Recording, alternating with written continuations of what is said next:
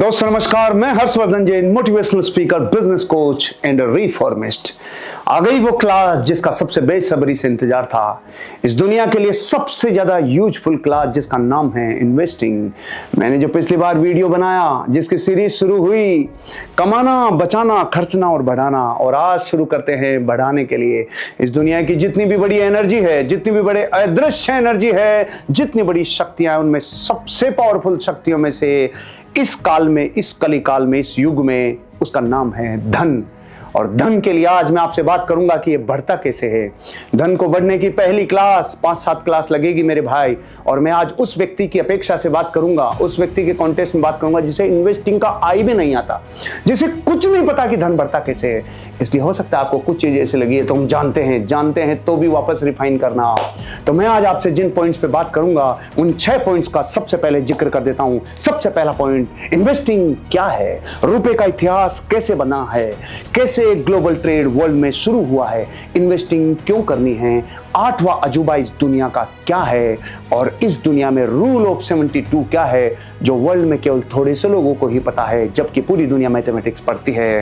दोबारा रिपीट करता हूं, इन्वेस्टिंग क्या है, रुपए का इतिहास क्या है, ग्लोबल ट्रेड कैसे शुरू हुआ, इन्वेस्टिंग क्यों करनी है, और दुनिया का 8वां अजूबा क्या है, और रूल ऑफ 72 क्या है। इन 6 पॉइंट्स में से पहला पॉइंट शुरू करूं उससे पहले आपको एक कोटेशन बोल के सुना रहा हूं, ध्यान से समझिएगा। अगर आपने धन को यह नहीं बताया कि तू कहां कहां जाना चाहिए तो आप धन से पूछते रह जाओगे तू कहां गया। दोबारा अगर आपने धन को गाइड नहीं किया, आपने धन को गवर्न नहीं किया, आपने धन को डायरेक्शन नहीं दिया कि तुझे यहां यहां जाना चाहिए, तो फिर धन में एक खूबी है, वो वहां चला जाएगा जहां जीवन भर पूछते रहोगे, ए भैया तू कहां गया भैया।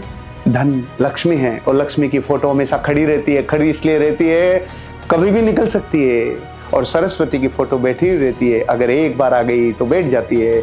इसलिए भैया इस कोटेशन को पहले बिठा लो अपने दिमाग में, धन को डायरेक्शन देना ही इन्वेस्टिंग है। तो पहला पॉइंट, इन्वेस्टिंग क्या है, आपकी मेहनत और आपकी सेविंग्स की वैल्यू को किसी एसेट में डालना, इसे इन्वेस्टिंग कहते हैं। दोबारा अपनी परिभाषा को लाइफ टाइम के लिए इंस्टॉल कर लो।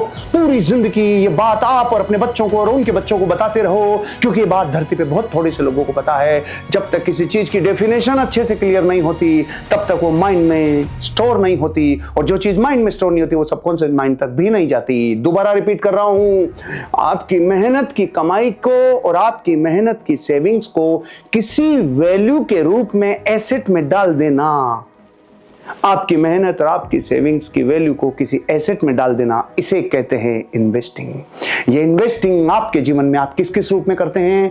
मैक्सिमम लोग धरती के अपनी वैल्यू को, अपनी मेहनत की कमाई को और सेविंग्स को रुपए में रखते हैं जो समय के साथ घटता चला जाता है। कुछ लोग प्रॉपर्टी में रखते हैं जो बढ़ता है, कुछ लोग शेयर्स में रखते हैं, कुछ लोग गोल्ड में, कुछ लोग सिल्वर में, कुछ लोग बॉन्ड्स में, कुछ लोग एफडी में, डिफरेंट टाइप के एसेट्स में। जब आप अपनी मेहनत की कमाई को और सेविंग्स को वैल्यू के रूप में जब स्टोर कर देते हैं, वैल्यू को स्टोर करना ही इन्वेस्टिंग कहलाता है।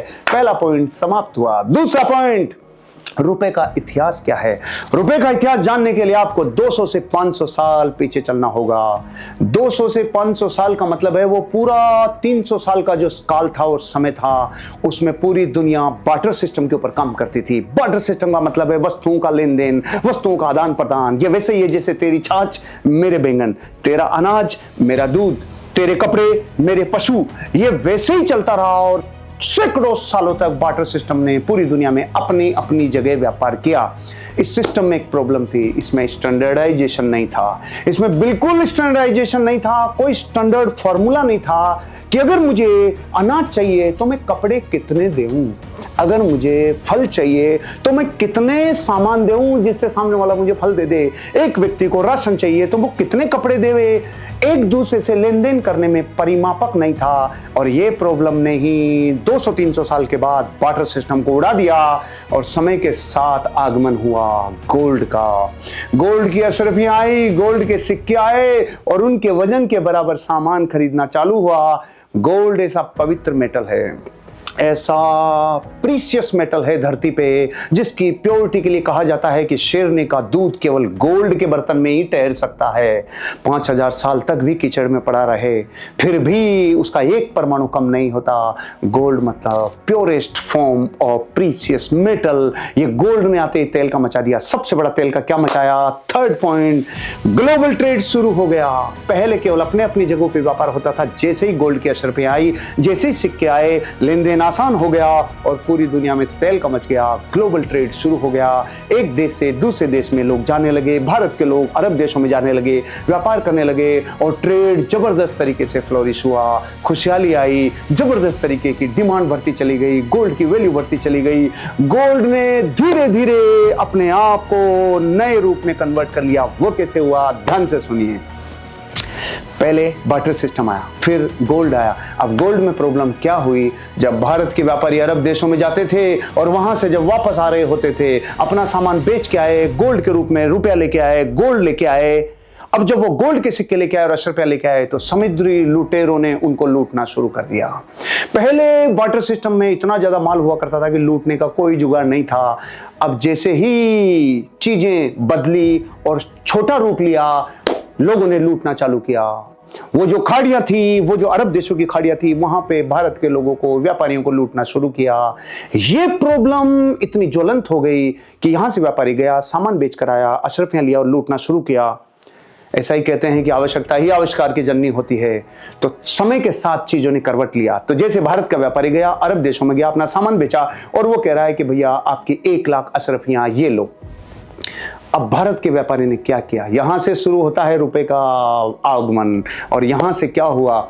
लोगों ने कहा अगर यहां से मैं सोने की अशरफियां लेके जाता हूं तो मुझे रास्ते में लोग लूट लेंगे। ऐसा करो, आप सोने की अशरफियां आप ही रखो। मेरी 1 लाख सोने की अशरफियां आप रखो, मेरी 10,000 50,000 सोने की अशरफियां सिक्के आप रखो। आप मुझे बदले में ये लिख कर दे दो कि मैं आप में इतनी सोने की अशरफियां मांगता हूं और मैं आपको ये देने का वचन देता हूं। ये पर्ची वहां से भारत का व्यापारी यहां लाता और यहां पे जो आदमी, कोई व्यक्ति जो वहां व्यापार करने जाता, वहां से कोई सामान खरीदने जाता, यहां से वो उससे रुपया लेता, पर्ची दे देता। यहां की पर्ची वापस अरब देशों में जाती। वो पर्ची वाला उस पर्ची को देखते ही उसे सामान दे देता। कुछ समझ रहे हो? वो जो गोल्ड नहीं लाया उसके बदले पर्ची लेके आया और यहां उस पर्ची से लेन देन कर लिया। अब पर्ची वापस गई, वापस जाने से सामान मिल गया। ये पर्ची का लेन देन, ये पर्चियां बढ़ती चली गई, ये पर्चियां ट्रस्ट बन गई, ये पर्चियां विश्वास बन गई और ये पर्चियों ने धीरे धीरे धीरे धीरे आज आपकी जेब में जो नोट है उसका रूप ले लिया। और उस नोट पे वही लिखा हुआ है जो सैकड़ों साल पहले उस पर्ची पे लिखा था, मैं धारक को 500 रुपए अदा करने का वचन देता हूं। वो ही पर्ची जो जितने गोल्ड था उसके बदले में रखी गई थी, वही पर्ची ने रुपए का रूप धारण कर लिया और दुनिया में रुपए की एंट्री हो गई। अब इसका इतिहास तो समझ में आ गया, लेकिन ये समझो कि गोल्ड के बराबर पर्ची थी और धीरे धीरे धीरे धीरे गोल्ड अलग होता गया और मार्केट में पर्चियां ही चलने लगी। ऐसे ही एक दिन आपने अनाउंसमेंट सुना होगा, 8 नवंबर की रात, आज रात 8:30 बजे बाद। ये पर्ची तो है मेरे भाई, लेकिन धरती में हर देश ने जो पर्चियां बनाई, ये किसके बदले बनाई थी? पर्ची का अस्तित्व किसके बदले था? गोल्ड के बदले था। और सुनो, जब जब दुनिया में आपातकाल आया, जब जब कोरोना जैसे काल आए, त्रासदियां आई, जिन जिन देशों ने बिना गोल्ड रखे पर्चियां छापी, मतलब नोट छापे, उन देशों की अर्थव्यवस्थाएं तबाह हो गई। तभी तो कहते हैं उसके करेंसी की वैल्यू गिर रही है, उसकी करेंसी की वैल्यू बढ़ रही है। ये पर्चियां ही हैं और ये सारी पर्चियों का अस्तित्व क्या है? छाप तो कितने ही लो, इनके बदले में कहीं गोल्ड रखा हुआ मिलेगा, तब जाके उस पर्ची की वैल्यू है। ऐसे हुई रुपए की एंट्री। नेक्स्ट पॉइंट है, इन्वेस्टिंग क्यों करनी है? अरे भाई करनी क्यों है? क्यों खुजली चल रही है ऐसी? इस दुनिया में आना क्यों है? सबसे बड़ा रीजन सुन लो मेरे भाई, इस धरती पे अमीर होने का फॉर्मूला कमाई से नहीं गुजरता, कमाई के बाद की हुई इन्वेस्टिंग से गुजरता है। दोबारा बोल रहा हूं, कठोर सेंटेंस बोल रहा हूं और ऐसा लगेगा ओ माय गॉड ये इतना सच है क्या? हाँ, इस दुनिया में अगर आपको 8वें अजूबे का एक्सपीरियंस करना है, अगर इस दुनिया में 8वें अजूबे को जीना है, उसे फील करना है, अपनी मसल मेमोरी में ले जाना है, तो आपको इन्वेस्टिंग करनी ही होगी। इन्वेस्टिंग इसलिए करना जरूरी है क्योंकि अमीर बनने का एकमात्र फार्मूला इन्वेस्टिंग ही है। इस दुनिया में जो भी इंसान अमीर बना है, अभी शाहरुख खान के लिए कह रहे हैं कि वो दुनिया का सबसे अमीर एक्टर बन गया, कारण क्या था? कुछ एक्स्ट्रा कमा लिया था क्या? कुछ एक्स्ट्रा मेहनत कर ली थी क्या? नहीं, जो एसेट्स थे, जहां पर उन्होंने अपनी मेहनत और अपनी सेविंग्स को, उस वैल्यू को कहीं स्टोर किया था, वो स्टोर की हुई वैल्यू अचानक अप्रिशिएट हो गई, अचानक अमीर बन गए। अमीर और कामयाब बनने का सबसे बड़ा तरीका एकमात्र इन्वेस्टिंग है मेरे भाई। एकमात्र शब्द वहां बोला जाता है जहां पे दूसरा ऑप्शन नहीं हो, एकमात्र इन्वेस्टिंग है। अब आप उस वैल्यू को कहां स्टोर करते हो, ये ज्ञान का विषय है, ये प्रज्ञा का विषय है, ये लर्निंग का सब्जेक्ट है। लेकिन ये भारी सेंटेंस तब तक समझ में नहीं आएगा जब तक मेरी पूरी क्लासेज आप तक नहीं पहुंचेगी। तो 8वें अजूबे में एंटर करते हैं। इस दुनिया का 8वां अजूबा क्या है? चक्रवर्ती ब्याज। इस दुनिया का 8वां अजूबा आपके समक्ष प्रस्तुत हो रहा है और उसे कहा जाता है कंपाउंडिंग इंटरेस्ट। छठी क्लास में कंपाउंडिंग पढ़ ली, लेकिन जिंदगी में कभी कंपाउंडिंग को एक्सपीरियंस नहीं किया। इस धरती पे 95% लोग कंपाउंडिंग को जिए बिना ही संसार से चले जाते हैं। वो कंपाउंडिंग के बिना ही संसार से विदा हो जाते हैं। और कंपाउंडिंग, चक्रवर्ती ब्याज को जानना, उसे फील करना, एक होता है जानना, एक होता है महसूस करना, इसे जीना। जब आप इसे जीना शुरू करते हो तब आप समझते हो कि दुनिया की कोई भी कमाई, दुनिया का कोई भी टैलेंट कंपाउंडिंग को बीट नहीं कर सकता, क्योंकि कंपाउंडिंग इस दुनिया का 8वां सबसे बड़ा अजूबा है। और इसे समझने के लिए मैं आपको समझाता हूं नेक्स्ट पॉइंट, जिसका नाम है द रूल ऑफ 72। एंट्री हो गई रूल ऑफ 72 में। इस धरती पे परसेंटेज में नहीं पता, थोड़े से लोगों को ये बात पता है। What is rule of 72? ये दुनिया के हर इंसान को पता नहीं है। ये जगत में जिन लोगों को पता है वो थोड़े से हैं, और वो थोड़े से हैं इसलिए आज आप उन लोगों की श्रेणी में आ गए जो जगत में थोड़े से हैं। और रूल ऑफ 72 क्या है? रूल ऑफ 72 मतलब कोई भी चीज कितने समय में डबल होती है, उसे 72 से डिवाइड करने पर ब्याज की रेट पता चल जाती है। दोबारा आपको किसी भी चीज को इसी फॉर्मेट में आज के बाद सोचना होगा। जैसे इंग्लिश बोलने के लिए आपको इंग्लिश में सोचना पड़ता है। ये दुनिया का हर टीचर बताता है जो इंग्लिश बोलना सिखाता है कि आपको इंग्लिश के टर्म में ही सोचना होगा, तब आप इंग्लिश बोलना सीख पाएंगे। ऐसे ही धन की विज्ञान में एंटर करने के लिए, इन्वेस्टिंग की दुनिया में आने के लिए आपको हर चीज को रूल ऑफ 72 इस टर्म में सोचना होगा कि जब आप 72 से डिवाइड कर देते हैं, 72 से किया हुआ डिवाइड का फॉर्मूला आपको इंटरेस्ट रेट निकाल के दे देता है। एग्जाम्पल मान लीजिए पैसा 3 साल में डबल हो जाए। मैं चाहता हूं पैसा 3 साल में डबल हो जाए, तो सीधा फॉर्मूला है 72 डिवाइडेड बाय 3। 72 डिवाइडेड बाय 3 तो कैसे होगा? आपका 24% इंटरेस्ट रेट आ जाएगी। मतलब जब जब आप समय का भाग 72 में देंगे तो इंटरेस्ट रेट आ जाएगी, और जब जब इंटरेस्ट रेट का भाग आप 72 में देंगे तो समय आ जाएगा। ओ दोबारा जब 72 में आप इंटरेस्ट रेट का भाग देते हैं तो समय आ जाता है, जब आप समय से डिवाइड करते हैं उसको तो इंटरेस्ट रेट आ जाती है। जैसे मान लीजिए 12% कंपाउंडिंग की रेट है, तो आपका पैसा कितने साल में डबल होगा? तो 72 डिवाइडेड बाय 12, 6 साल में आपका पैसा डबल होगा। मतलब जब 72 में समय का भाग दिया तो interest rate I, interest rate का भाग दिया तो समय आया, सीधा फार्मूला। और ये फार्मूला हजारों सालों से है, लेकिन ये सिर्फ बनियों के डीएनए में आता है। ओ भैया, अपने आप को बनाने वाला मतलब बनना मतलब बनिया, आप भी बनिए, हम भी बनिए। 72 को जब भी इंटरेस्ट रेट से भाग देंगे तो कितने साल में पैसा डबल होगा, ये आ जाएगा। और जब कितने साल में पैसा डबल करना है उसका भाग देंगे 72 में तो सम इंटरेस्ट रेट आ जाएगी। तो डबल करने का मतलब है जितना पैसा लगाया उतना ही उसके ऊपर बन गया। एग्जाम्पल 100 रुपए लगाए और 3 साल में 24% की इंटरेस्ट रेट से 200 रुपए हो गए, तो आपको दोनों चीजें क्लियर हो गई कि मैं 72 के रूल को कैसे इस्तेमाल करूंगा। अब शुरू करते हैं आप और हम अपने जीवन में इस कंपाउंडिंग की पावर को मैंने आपको 8वां अजूबा बताया, 72 का रूल बताया, और अब कंपाउंडिंग की असली पावर जो रोंगटे खड़े कर देगी। ध्यान से सुनो, अलर्ट हो जाओ, अब थोड़ा आगे होके बैठ जाओ, या सिराना छोड़ दो, या इधर उधर ध्यान देना बंद कर दो, क्योंकि धरती की सबसे बड़ी धन की विज्ञान आज आपके सामने पेश होने जा रही है, कंपाउंडिंग की पावर। एग्जाम्पल, आपको 72 में भाग देना है। मान लीजिए आपने 12 का भाग दिया, तो 12 छिकी 72, मतलब 6 साल में पैसा डबल होगा। अगर आपने साल में आपने समय का भाग दिया तो इंटरेस्ट रेट आएगी। ऐसे समय देते देते कि नहीं मुझे 8 साल में पैसा मान लीजिए डबल होता है, तो 8 का भाग जब आप 72 में देंगे तो 8 साल में डबल कब होगा? जब 9% की इंटरेस्ट रेट होगी। 72 के रेट से आपका पैसा डबल होगा। अगर 5 का भाग 72 में दिया जाए, 72 डिवाइडेड बाई 5, तो आता है 14.4% इंटरेस्ट रेट। बस इस जगह पे थोड़ा अलर्ट और सावधान हो जाओ।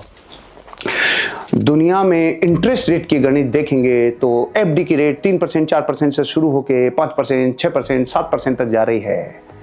अगर आप और ऊपर आ जाते हैं, किसी और जगह निवेश करते हैं, तो गोल्ड में आपको 10% के पास, 11% के पास रिटर्न मिल जाता है। और ऊपर जाते हैं तो एसआईपी में आपको 14%, 15% का रिटर्न भी देखा गया है। रियल एस्टेट में आपको रिटर्न थोड़ा और ज्यादा मिल जाता है। लेकिन मैं सबको मिला के आपको ये कह रहा हूं, अगर 14.4% की इंटरेस्ट रेट मिल जाए, देखो दुनिया 2 रुपए सैकड़े में लुटाती है, दुनिया जा जाके 10 रुपए सैकड़े का ब्याज देती है। मैं आपको कह रहा हूं केवल 14.4% की इंटरेस्ट रेट अगर आपको मिल जाए, ये सब मैं अगली क्लासेज में बता दूंगा, कहां मिलेगी, कैसे सेफ होगा, कैसे एक दिन बढ़ता चला जाएगा। बस आप एक बार इस एग्जांपल से समझ लो, अगर आपका रुपया 14.4% की इंटरेस्ट रेट से बढ़ रहा है तो आपका पैसा 5 साल में डबल हो जाएगा बंधु। तो 5 साल में डबल होने वाला पैसा आपको जीवन में इन्वेस्टिंग का कैसा लाभ देगा, इस गणित को ध्यान से सुनो। एग्जांपल, मान लीजिए 1 करोड़ रुपए का एग्जांपल लेता हूं। छोटे एग्जांपल नहीं लेंगे, 100 रुपए के, 200 रुपए के, 1 लाख रुपए के। बड़ी सोच का बड़ा जादू बनाने के लिए बड़े फिगर माइंड में लेने होंगे, तो अब कैलकुलेटर ले लो, डायरी पेन ले लो और लिखना शुरू करो। मान लीजिए 14.4% की इंटरेस्ट रेट से जब आपने 72 में डिवाइड किया तो 5 साल में पैसा डबल हुआ। तो पहले 5 साल 1 करोड़ रुपए को 2 करोड़ रुपए होने में लगेंगे 5 साल। तो मुझे 1 करोड़ रुपए से 1 करोड़ रुपए कमाने में लगे 5 साल। अब मेरे पास टोटल अमाउंट हो गया 2 करोड़। इसमें 1 करोड़ मैंने लगाया और 1 करोड़ मैंने कमाया, मतलब पहले 5 साल में 1 करोड़ को कमाने में लगे 5 साल। अभी मैं इस पैसे को फिर इन्वेस्ट कर रहा हूं, मैं कंपाउंडिंग की तरफ जा रहा हूं, और अब मेरे पास अवेलेबल है 2 करोड़। अब इस 2 करोड़ से मैं अगले 5 साल में कमाऊंगा 4 करोड़। तो देखो, पहले मैंने 5 साल में कमाया 1 करोड़, अगले 5 साल मतलब 10 साल में मेरे पास 2 करोड़ और आया।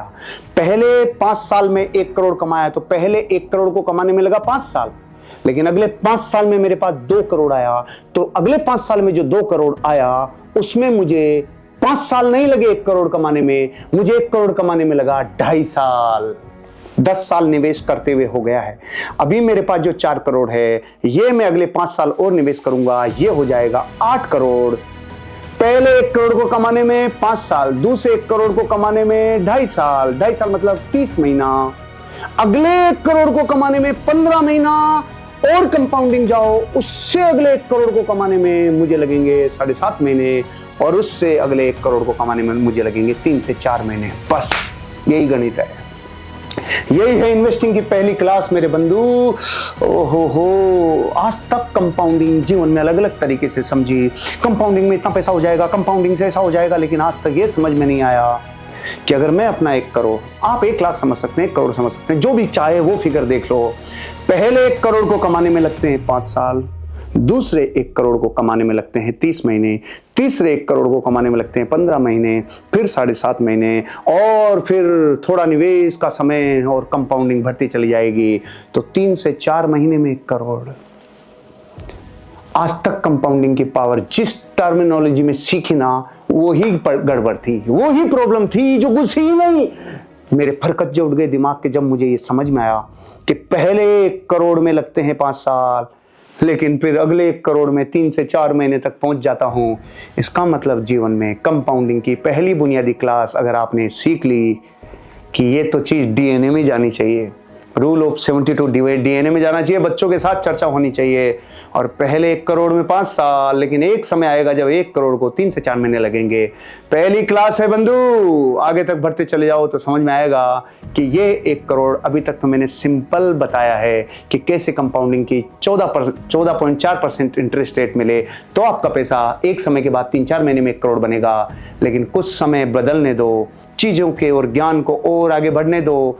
एक समय आएगा जब आप कहोगे ओहो प्रभु, ये तो महीने में भी हो सकता है और इसमें हो सकता है 5 साल नहीं लगे। ये सब ज्ञान का, बुद्धि का विषय है। सीखते चले जाओ, जीवन को बदलते चले जाओ। पहली क्लास को यहीं समाप्त करता हूं और बहुत उत्सुकता के साथ वेट करना कि अगली क्लास में आपको जीवन में इससे नेक्स्ट लेसन सिखाऊंगा।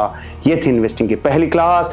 इसे फॉलो करिए, जीवन पर लागू कर लिए और अपने घर परिवार में चर्चा करना शुरू करिए और इन्वेस्टिंग के समय को सीखते चले जाइए। Wish all the best. जय हिंद, जय भारत।